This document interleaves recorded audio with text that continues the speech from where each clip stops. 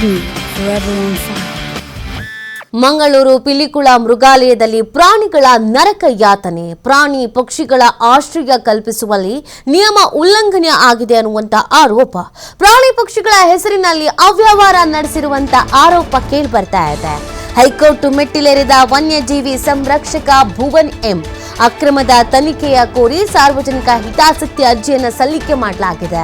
ತುಕ್ಕು ಹಿಡಿದ ಮುರಿದ ಗೂಡಿನಲ್ಲಿ ಪ್ರಾಣಿ ಪಕ್ಷಿಗಳ ವಾಸ ಆಗ್ತಾ ಇದೆ.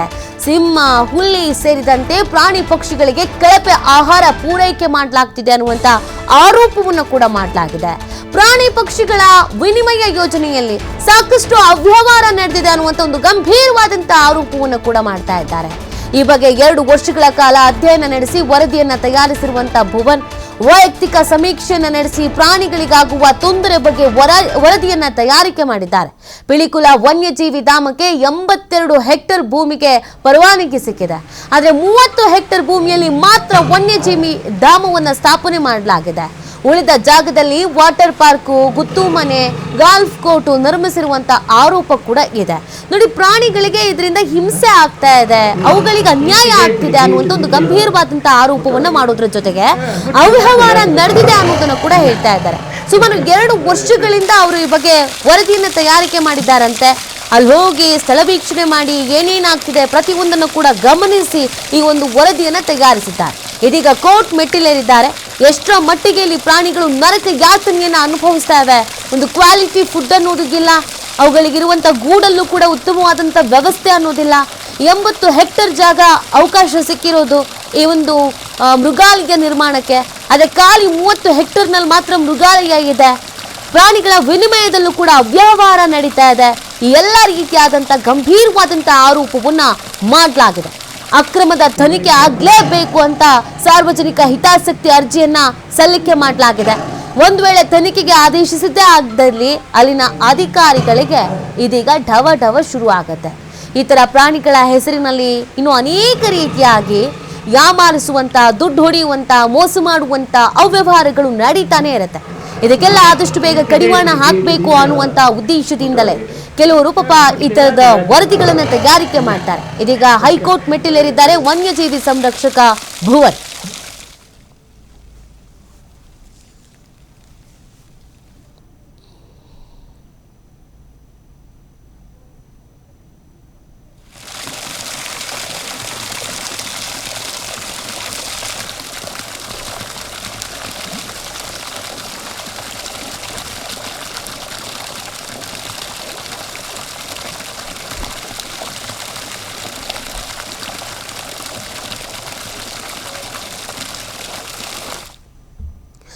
ಇದಕ್ಕೆ ಸಂಬಂಧಪಟ್ಟಂತೆ ಭುವನ್ ಅವರನ್ನೇ ನಮ್ಮ ಪ್ರತಿನಿಧಿ ಆದಿತ್ಯ ಮಾತನಾಡಿಸಿದ್ದಾರೆ. ಏನ್ ಹೇಳಿದ್ದಾರೆ ನೋಡೋಣ ಬನ್ನಿ. ರಾಜ್ಯದ ಪ್ರಸಿದ್ಧ ಝೂ ಆಗಿರುವಂತಹ ಮಂಗಳೂರಿನ ಪಿಲಿಕುಳ ವನ್ಯಜೀವಿ ಉದ್ಯಾನವನ ಏನಿದೆ, ಇದರ ವಿರುದ್ಧ ಈಗ ಗಂಭೀರವಾದ ಒಂದು ಆರೋಪಗಳು ಕೇಳಿ ಬರ್ತಾ ಇರುವಂತದ್ದು. ಪ್ರಮುಖವಾಗಿ ಮಿಸ್ಮ್ಯಾನೇಜ್ಮೆಂಟ್. ಈ ಬಗ್ಗೆ ಸಾರ್ವಜನಿಕ ಹಿತಾಸಕ್ತಿ ಅರ್ಜಿಯನ್ನು ಕೂಡ ಅವರು ಸಲ್ಲಿಕೆ ಮಾಡಿದ್ದಾರೆ. ಈ ಬಗ್ಗೆ ಮಾತನಾಡೋದಕ್ಕೆ ಭುವನ್ ಅವರು ನಮ್ಮೊಂದಿಗಿದ್ದಾರೆ, ವನ್ಯಜೀವಿ ಸಂರಕ್ಷಕರು. ಏನು ಇವರ ಆರೋಪ, ಯಾವ ತರ ಅವ್ಯವಸ್ಥೆ ಇದೆ, ಈ ಬಗ್ಗೆ ಮಾತನಾಡ್ತಾ ಹೋಗ್ತೀನಿ. ಸರ್, ಮೊದಲಿಗೆ ನನ್ನ ಪ್ರಶ್ನೆ ಏನು ಅಂದ್ರೆ, ಈಗ ಪಿಲಿಕುಳ ಝೂ ಅಂತ ಹೇಳಿದ ಸಂದರ್ಭ ಸಾಕಷ್ಟು ಸಂತಾನೋತ್ಪತ್ತಿ ಏನಿದೆ ಅದಕ್ಕೆ ಹೆಸರುವಾಸಿಯಾಗಿರುವಂತಹ ಒಂದು ಝೂ ಅಂತ ಗರಿಮೆಯನ್ನ ಪಡೆದಿರುವಂತದ್ದು. ಈ ನಡುವೆ ಇಂಥ ಒಂದು ಆರೋಪ ಕೇಳಿ ಬರ್ತಾ ಇದೆ, ಏನು ಹೇಳಿ? ಇದಕ್ಕೆ ಒಂದು ಕನ್ಸರ್ವೇಷನ್ ಅಲ್ಲಿ ದೊಡ್ಡ ಹೆಸರು ಪಡೆದಂಥ ಝೂ ಅಂತ ಇವರು ಕ್ಲೇಮ್ ಮಾಡ್ತಾರೆ. ಇದು ಯಾಕೆಂದರೆ ಇವರು ಅಲ್ಲಿ ಸಾಯುವಂಥ ಎನಿಮಲ್ಸ್ ಅನ್ನು ಇವರು ಡಾಕ್ಯುಮೆಂಟ್ ಮಾಡ್ತಾ ಇರಲಿಲ್ಲ. ಸೊ ಆ ಮಾರ್ಟಾಲಿಟಿ ರೇಟ್ ಏನಿದೆ ಅದು ಕಮ್ಮಿಯೇ ಕಾಣಿಸ್ತದೆ ನೋಡುವಾಗ. ಇನ್ನೊಂದು ವಿಷಯ ಏನಂದರೆ, ನನಗೆ 2 ವರ್ಷ ಮುಂಚೆ ಇದರ ಬಗ್ಗೆ ಇಲ್ಲಿ ನಡೆಯುವಂಥ ಮಿಸ್ಮ್ಯಾನೇಜ್ಮೆಂಟ್ ಬಗ್ಗೆ ಇನ್ಫಾರ್ಮೇಷನ್ ಸಿಕ್ಕಿದ ನಂತರ ನಾನು ಹಲವಾರು ಆರ್ ಟಿ ಐ ಅರ್ಜಿಯನ್ನು ಸಲ್ಲಿಸಿ ನನಗೆ ಹಲವಾರು ಡಾಕ್ಯುಮೆಂಟ್ಸನ್ನು ಪ್ರೊಕ್ಯೂರ್ ಮಾಡಿಕೊಂಡು ಅದರ ಮೇಲೆ ತನಿಖೆ ಮಾಡ್ತೇನೆ. ಆವಾಗ ಅಲ್ಲಿ ತುಂಬ ಮಿಸ್ಮ್ಯಾನೇಜ್ಮೆಂಟ್ ನಡೀತದೆ ಅಂತ ಗೊತ್ತಾಗ್ತದೆ. ಅದರ ನಂತರ ಅಕ್ಟೋಬರ್ 30ನೇ ತಾರೀಕು 2024ಗೆ ನಾನು ಮತ್ತು ನನ್ನ ಅಡ್ವೊಕೇಟ್ ಅಶ್ವಿನ್ ಜಾಯ್ಸ್ಟನ್ ಕುಟೀನ ಹೈಕೋರ್ಟ್ ಆಫ್ ಕರ್ನಾಟಕದಿಂದ ಅವ್ರ ಜೊತೆ ನಾವಿಬ್ಬರು ಒಂದು ಇಂಡಿಪೆಂಡೆಂಟ್ ಸರ್ವೆ ಅಂತ ನಾವು ಮಾಡ್ತೀವಿ ಝೂವಿನೊಳಗಡೆ ಬೆಳಗ್ಗೆಯಿಂದ ಸಂಜೆ ತನಕ.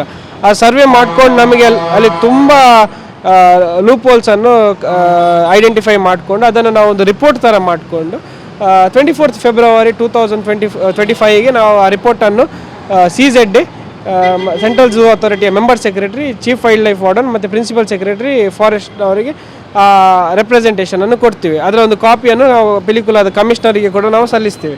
ಅದರ ನಂತರ ಯಾವುದೇ ಒಂದು ಆ್ಯಕ್ಷನನ್ನು ಇವರು ಕೈಗೊಳ್ಳೋದಿಲ್ಲ. ಈ ಘಟನೆ ನಡೀತಾ ಇರುವಾಗಲೇ ಮಾರ್ಚ್ 3ನೇ ತಾರೀಕಿಗೆ ನಮ್ಮ ಡೈರೆಕ್ಟರ್ ಅಲ್ಲಿ 25 ವರ್ಷದಿಂದ ಇದ್ದಂಥ ಡೈರೆಕ್ಟರ್ ಅಚಾನಕ್ ಆಗಿ ರಿಸೈನ್ ಕೊಡ್ತಾರೆ. ಅವರ ರಿಸಿಗ್ನೇಷನ್ ಜೊತೆ ಇನ್ನೂ ಕೆಲವರು ರಿಸಿಗ್ನೇಷನ್ ಕೊಡ್ತಾರೆ. ಅಲ್ಲಿಯ ವೆಟನರಿ ಆಗಿರ್ಬೋದು, ಇಂಜಿನಿಯರ್ಸ್ ಅವರು ರಿಸೈನ್ ಕೊಡಲಿಕ್ಕೆ ಶುರು ಮಾಡ್ತಾರೆ. ಆವಾಗ ನಮಗೆ ಏನೋ ಒಂದು ಸಂಶಯ ಉತ್ಪತ್ತಿಯಾದ ನಂತರ ನಮಗೆ ಗೊತ್ತಾಗ್ತದೆ ಅಲ್ಲಿ ದೊಡ್ಡ ಮಟ್ಟದಲ್ಲಿ ಗೋಲ್ಮಾಲ್ ನಡೆದಿದೆ ಅಂತ. ಸೊ ನಾವು ನಿನ್ನೆ ಅಷ್ಟೇ PAL ಅನ್ನು ಸಲ್ಲಿಸಿದ್ದೇವೆ. ಒಂಥರ ಝೂ ಕೊಡುವಂಥ ಪ್ರೊವಿಷನ್ ಕೂಡ ಇಲ್ಲ ಇಲ್ಲಿಂದ, ಆ ಥರ ಏನಾದರೂ ಇಲ್ಲ.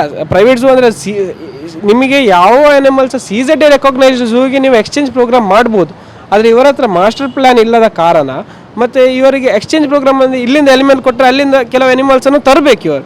ಅದರ ಬದಲಿಗೆ ಇವರು ಏನು ಮಾಡಿದ್ದಾರೆ ಅಂದರೆ ಇಲ್ಲಿಂದ ಕೇವಲ ಅನಿಮಲನ್ನು ಕೊಟ್ಟಿದ್ದಾರೆ, ಆದರೆ ಹಣ ಪಡೆದಿದ್ದಾರೆ.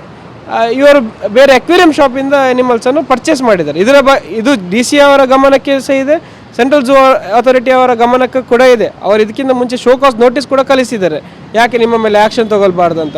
ಆದರೆ ಅದರ ನಂತರ ಯಾವುದೇ ಆ್ಯಕ್ಷನನ್ನು ಇವರು ತಗೊಳ್ಳಿಲ್ಲ.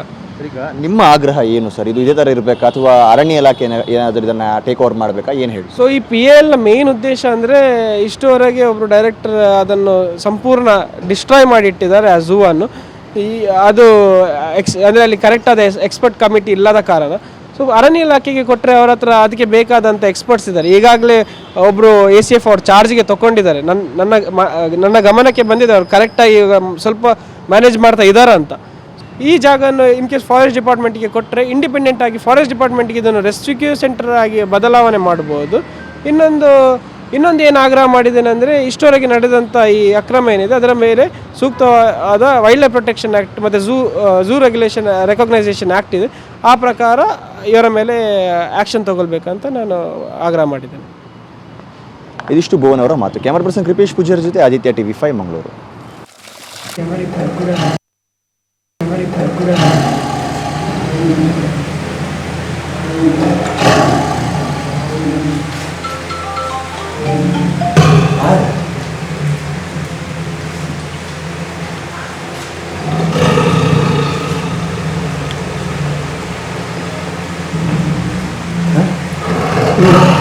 ಇದೆ ಗೇಟ್ ಮುಟ್ಟೋಣ ಗೇಟ್